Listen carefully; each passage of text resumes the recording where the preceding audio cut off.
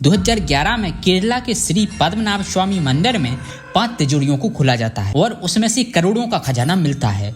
सोना, हीरे, जवाहरात और कई सारी मूर्तियां। ये देखकर हर किसी की आंखें खुली की खुली रह गई। पर आज भी यहाँ की छठी तिजोरी बंद है और उसमें कैद हैं कई सारे रहस्य।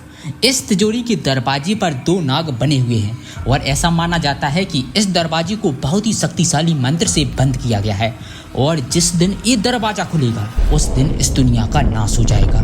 कोई नहीं जानता कि अंदर क्या है और कितना खतरनाक है, पर इस मंदिर का रहस्य आज भी एक रहस्य है।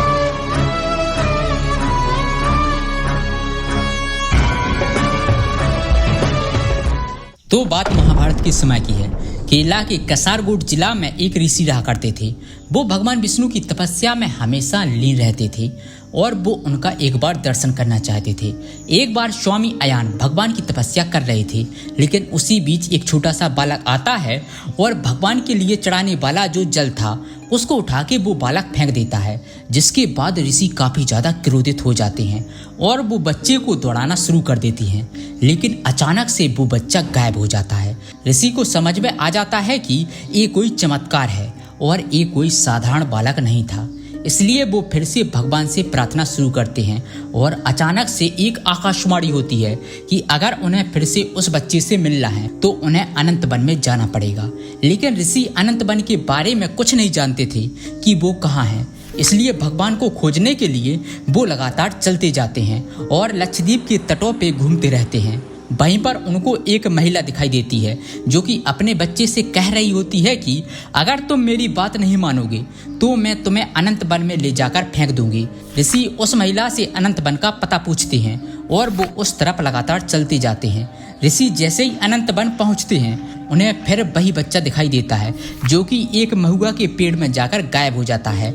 इसके बाद अचानक से वो वृक्ष गिर जाता है और उसमें से भगवान विष्णु प्रकट होते हैं जो कि 8 मील लंबे रहते हैं। ऋषि ने भगवान को छोटे आकार में आने को बोला ताकि वो उनका पूर्ण दर्शन कर पाए और इसके बाद भगवान वो अनुरोध मानते हुए छोटे रूप में आते हैं। लेकिन महुआ के पेड़ों की वजह से भगवान उनको 3 पार्ट में दिखाई दे रहे थे। इसके बाद ये खबर राजा तक पहुंचती है और राजा ने कुछ ब्राह्मणों के साथ मिलकर वहां एक बड़ा सा मंदिर बनवा दिया, जिसको आज हम पद्मनाभ स्वामी मंदिर के नाम से जानते हैं। कहते हैं कि इस मंदिर की मान्यता बहुत है। यहाँ पर जो भी भक्त आता है उसकी मनोकामना पूर्ण होती है। इसके बाद आता है मुगल काल, जब बहुत सारे मुगल आके भारत के मंदिरों को तोड़ रहे थे। उस समय यहाँ के आसपास के लोगों ने इस मंदिर को ज्यादा छुपा कर रखा और इसके बारे में कोई बड़ा जिक्र नहीं किया जाता था। ऐसा माना जाता है कि त्रावणकोर के राजाओं ने इस मंदिर के महत्व को समझा और फिर इस मंदिर को और बड़ा बनाया गया। 1750 में त्रावणकोर के राजा मार्तंड वर्मा खुद को और अपने राज्य को पूरे तरीके से पद्मनाभ स्वामी मंदिर को समर्पित कर दिया और उन्होंने ऐलान किया कि वो अपनी पूरी संपत्ति मंदिर के नाम कर रहे हैं और इसी मंदिर के नाम से वो अपना पूरा साम्राज्य चलाएंगे। इसके बाद मार्तंड वर्मा ने पद्मनाभपुरम को राज्य की राजधानी भी घोषित कर दिया। अपने 28 साल के कार्यकाल में मार्तंड वर्मा ने त्रावणकोर को वहां का सबसे शक्तिशाली राज्य बना दिया और इसके बाद डच की सेना ने भी इनके ऊपर आक्रमण किया और कहा जाता है कि कुछ ऐसा चमत्कार हुआ कि इनकी छोटी सी सेना डच की बड़ी सेना को भी हराकर आ गई। इस राज्य के आखिरी राजा थे ध्रुवनाल बलराम वर्मा, जो कि साल 1921 से 1949 तक रूल किए। इसके बाद इसको भारत में शामिल कर लिया गया। त्रावणकोर का जब भारत में विलय हुआ तो भारत सरकार ने पद्मनाभ स्वामी मंदिर अपने कब्जे में नहीं लिया। इन्हें त्रावणकोर परिवार के पास ही रहने दिया। तब से इस मंदिर की देखरेख यही राज परिवार आज तक करता आ रहा है, एक प्राइवेट ट्रस्ट की तरह। ये करीब 35 मीटर लंबा है, जिसकी दीवारों पर त्रावण और केरल शैली में कारीगरी की गई है। इस मंदिर की कारीगरी उस समय भी साइंटिफिक तरीके से की गई थी, क्योंकि इसमें देखें तो टोटल 7 फ्लोर हैं और हर फ्लोर में एक खिड़की है जिसमें इस पार से उस पार तक दिखता है।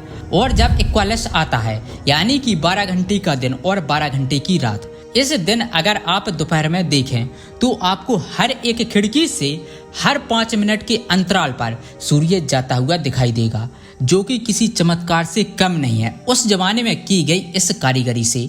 इस मंदिर के गर्भगृह में भगवान विष्णु की 18 फीट लंबी प्रतिमा शेषनाग पर शयन मुद्रा में विराजमान दिखाई देती है। ये मूर्ति नेपाल की गंडकी नदी से लाई गई 12,500 शालिग्राम पत्थरों से डिजाइन की हुई है और पद्मनाभ स्वामी के नाभि से निकलता है कमल का फूल, जिसपे ब्रह्मा जी विराजमान हैं। जैसा कि हमने पुरानी कहानी में जिक्र किया था कि ऋषि को भगवान पेड़ों की वजह से 3 पार्ट में दिखाई दे रहे थे, ऐसा ही भगवान आज भी ऐसे ही दिखाई देते हैं, क्योंकि भगवान पद्मनाभ स्वामी की मूर्ति के दर्शन आपको 3 दरवाजों से करने होते हैं।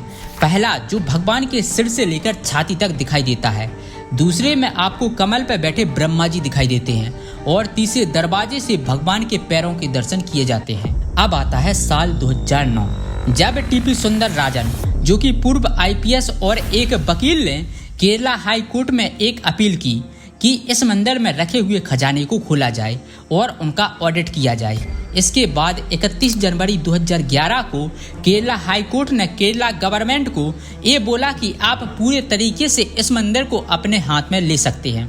इसके बाद 7 सदस्यों की एक टीम बनाई जाती है, जिसे इस मंदिर को ऑडिट करने और इन सारे दरवाजों को खोलने के लिए भेजा जाता है। 27 जून 2011 को पहला दरवाजा खुलता है। सबसे पहले तहखाना एक खोला जाता है, जो कि भारी लकड़ियों और लोहे से पैक किया हुआ था। इसे खोलकर जब पूरी टीम अंदर जाती है, इसके बाद नीचे से एक छोटा और तहखाना जाता है, जहां पर जब टीम जाती है तो देखती है कि वहां पे अरबों खरबों का बहुत सारा सोना बिखरा पड़ा हुआ है। इन खजानों के अंदर Napoleon, Roman, medieval, British time के सिक्के मिले। इसके साथ ही हीरा, नीलम और इसके जैसे कई सारे रत्न मिले। इन 6 दरवाजों को ABCDEF नाम दिया गया था, जिसमें ACDEF नाम के दरवाजे जब खोले गए तो उसमें 2 लाख करोड़ से ज्यादा की संपत्ति निकली। इन तहखानों के अंदर 3.5 फीट की भगवान विष्णु की एक मूर्ति मिलती है और इसके साथ ही भगवान को बैठने के लिए एक सोने का सिंहासन भी था। इसके बाद पूरी टीम दरवाजे नंबर B की तरफ जाती है, क्योंकि ये आखिरी तहखाना बचा हुआ था। इस तहखाने में करीब 3 गेट थे। पहला दरवाजा खोला जाता है, जो कि लोहे का था। दूसरा दरवाजा खोला जाता है, जो कि लकड़ी का था। लेकिन इसके पीछे तीसरा एक और लोहे का दरवाजा था, जिस पर कोई कुंडी नहीं लगी हुई थी। उसको खोलने की कोशिश की गई, लेकिन ये नहीं खुला और इस आखिरी दरवाजे के ऊपर 2 शेषनाग की आकृति बनी है और लोगों का ऐसा मानना है कि अष्टनाग बंधन मंत्र से ये पूरी तरीके से बंधा गया है और अगर इसे खोला गया तो पूरी दुनिया में प्रलय आ जाएगा। और कुछ लोगों का ये भी मानना है कि इसमें इतना ज़्यादा खजाना है कि जिससे भारत पूरे तरीके से दुनिया की नंबर 1 कंट्री बन सकता है इकोनॉमिकली। इससे पहले भी इस मंदिर के दरवाजे को खोलने की कोशिश की गई है। साल 1933 में त्रिवणकोड नाम की एक गाइड बुक आई थी, जो कि एमिली किर्टेस्ट ने लिखी थी। उन्होंने बताया कि साल 1908 में इसको खोलने की कोशिश की गई थी, लेकिन वो उन्हें नहीं खोल पाए। ऐसे ही एक और बार इस गेट को खोलने की कोशिश की गई थी, जिसके बाद से काफी सारे सांप बाहर निकल आए थे, जिसके बाद लोगों को वहां से जान बचाकर भागना पड़ा था। इसके बाद ये पूरी टीम सुप्रीम कोर्ट के पास जाती है और रिपोर्ट करती है कि हम ये दरवाजा नहीं खोलेंगे, क्योंकि वो लोग भी पूरी तरीके से डर गए थे। उसके बाद सुप्रीम कोर्ट ने इस गेट को खोलने पर पूरी तरीके से रोक लगा दी।